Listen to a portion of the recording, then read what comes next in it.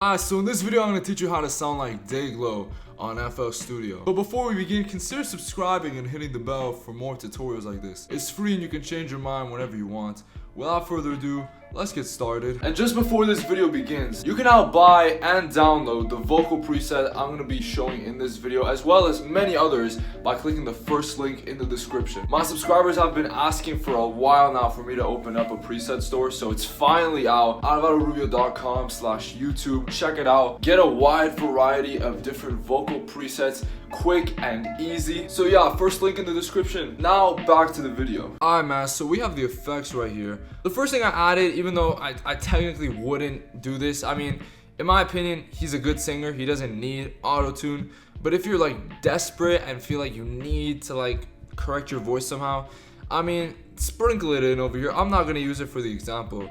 But yeah, I have it at about like a retune speed of like 40 and a humanize of 100, because retune speed is what makes your vocals sound like robotic and stuff. And I feel like having it at like a 40 is like a nice balance, because I mean, if we add it all the way down here, I mean, it's gonna do nothing. And humanize is gonna preserve the human quality of your voice, so cranking it up to 100 makes sense. But I'm just like not gonna use it in general. I just don't think it's worth it in my opinion. The next thing I added right here was a fruity multiband compressor. Now the good thing about this one compared to like the limiter or the fruity compressor is just the fact that it targets 3 different frequencies of your vocals. It targets the low frequencies, the mid frequencies, the high frequencies. So to me, I feel like this is much better than just having like the standard compressor, which compresses everything equally. In some instances, you don't want to compress the highs the same way as the lows. So I feel like this is, in my opinion, the superior compressor. But anyway, I have it at these settings, right? So first of all, the threshold I have at negative 19.8 decibels. The ratio I have at 1.7 to 1. The knee I have at 68%. The attack I have at 54 milliseconds. The release I have at 366.4 milliseconds. And the gain I have at 0 decibels. Then for the mid band, I have the threshold at 19.2 decibels. I have the ratio at 1.6 to 1. I have the knee at 76%. I have the attack at 22.1 milliseconds. The release at 227.8 milliseconds. And the gain at 3.8 decibels. And finally, for the high band, I have the threshold at negative 11.4 decibels. The ratio at 3.4 to 1. The knee at 96%. The attack at 5.1 milliseconds. The release at 19.9 milliseconds, and the gain at 4.1 decibels. The next thing I added was like a quick like Deesser. I used like the Maximus. What's up with these, bro? What's up with these voice cracks, man? I added the Maximus and I chose Deesser split band. In my opinion, it works pretty well. I mean, there's other plugins like the Blowfish, I'm pretty sure it's called. Next, I added a fruity limiter.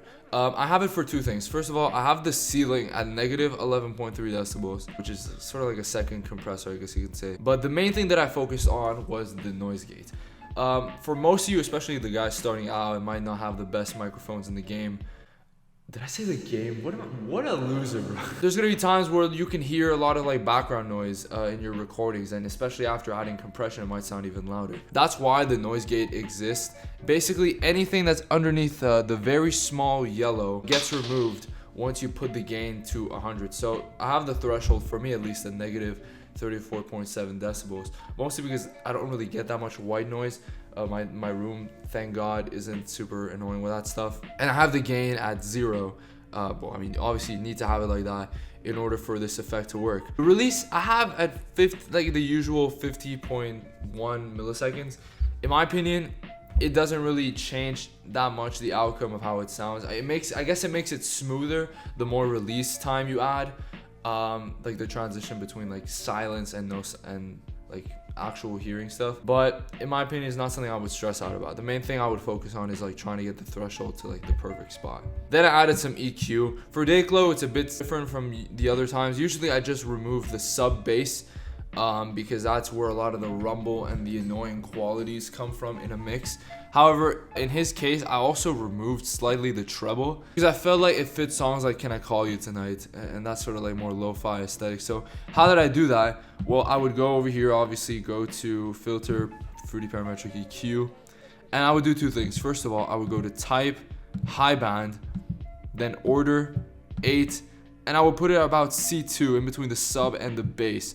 That way it preserves the bass, right? Your vocals aren't going to sound super thin, but it removes the sub, which is where a lot of the annoying rumbling sounds come from. And secondly, I went over here to the treble area, so like the 7th band, and I went to low pass, similar story, steep 8, and I instead put it at around where the C9 is. Somewhere along those lines. I don't want to remove too much of the treble, but I feel like removing this was perfect to achieve the sound we're trying to go for.